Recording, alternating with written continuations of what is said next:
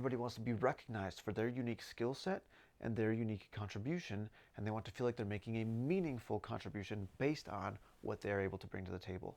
What's up, guys? Welcome back. This is Charles Clark, giving you some knowledge, and in this video we're going to talk about more so of how do you make work fun? How do you make your life fun at work? You know, what's necessary to be included in your workplace in order for fun and play to even have the potential for happening, right? So first thing that needs to happen is people must feel safe and trust in their environment. They must feel safe physically, emotionally, mentally. One of the things that makes it possible for play to happen in any other like traditional play environment, like dodgeball, ultimate frisbee, any type of thing, is there's a certain understanding of the rules that we're all playing by. Everybody knows how to play the game, and they know what they're doing in the game. They know what their job is. If it's soccer, everybody who's playing soccer knows that the goalie is doing their job, the refs are doing their job, the forwards are doing their job, and the guys who can run on both sides, they're doing their job, and they stay within their lane, right? And everybody's only kicking the ball. There's no picking the ball up and running with it like rugby, right? There's no kickboxing at any time, right? There's no punches or anything. Like, it sounds like, overkill, but the general consensus and the general idea is that there is trust in knowing that we're all signing up and accepting the same rules. We're all playing by the same rules within the environment, which means that your environment needs to have clear rules. Like, you need to have the rules for the game. And the way that you do that at your workplace is by having smooth business operations, smooth systems. The smoother your systems of operation are, the smoother everybody knows what their role is within the game, and then they can allow their creativity to come out, right? So I included a little reference here. So like a book that I really like to talk more about business operation systems towards the entrepreneur specifically is E-Myth. Michael Gerber's book talks a lot about that. Maybe in a different video I can talk more about that. But so you have the operations, and I kind of have in my mind, I think of it as the arena. Like a basketball court is, and a game of basketball is going to have different rules and expectations than a soccer field, right? So McDonald's is going to have a different system of operations than a theater, right? So it's like understanding, so what's the arena that we're in? What's the game that we're playing? Which industry are we in? How does this workplace set up? A pool cleaning business is going to be different than an electrician, right? So so understanding what's the rules, what's the arena that we're in, but then also for people coming in to work, what's the unique dynamic of their environment. So in theater, like a stunt show is very different than a musical. There's lots of similarities, but they're also very different. Same arena, different expectations, right? So and different finesses in the arena. But that takes us to the next point of players. And so people need to feel like they're making a meaningful contribution and recognized for their unique value.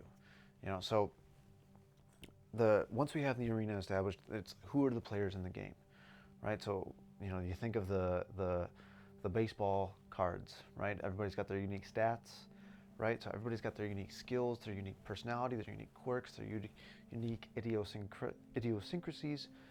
They're all contributing to the atmosphere at work, right? So everybody wants to be recognized for their unique skill set and their unique contribution, and they want to feel like they're making a meaningful contribution based on what they're able to bring to the table. So in theater, there's, like if I'm in a show that has a juggling act, somebody who can do that juggling act, that's more of a circus show, right? Somebody who can do that juggling act, they bring their unique skill set to the table to help make the show go on. They might be a really good juggler, but they might not be a trapeze artist, or they might not be have a good aerial act, right? So they all bring a different skill set to the table, and they're all contributing their unique skill set to the table. Let's take a different example of, to make it more simple, in a more traditional business, you're going to have, so like if we look at a plumbing service, you've got the plumber who knows how to work on the pipes, but he's probably going to have somebody else who's really good at managing the computer and like handling the administration, right? So people have their unique contribution based on their skill set. If you have a really good plumber who's also trying to do the computer work, they might feel frustrated that they're not doing more of the things that's within their skill set. And the more time they spend, the more time that somebody spends doing something that's outside of their skill set, that's outside of their feeling of unique contribution, that in a meaningful way, the worse they're going to feel, right? So you want people to feel like they are able to use their unique skill set with their unique personality and make a meaningful contribution to the group as a whole, right? And so then, as people are applying their skills, this is why in regards to identifying the different people, and this is why personality set tests are interesting to me, because you're able to identify what different people's strengths are. So one that I really like is human design. It gets very specific, but it can be a bit more esoteric. So another one that's very valuable is Strengths Finder. That's a cool one. There are lots of them. There's hundreds of different personality tests. We can do a whole different video on that, but like starting with those two is a great place to start.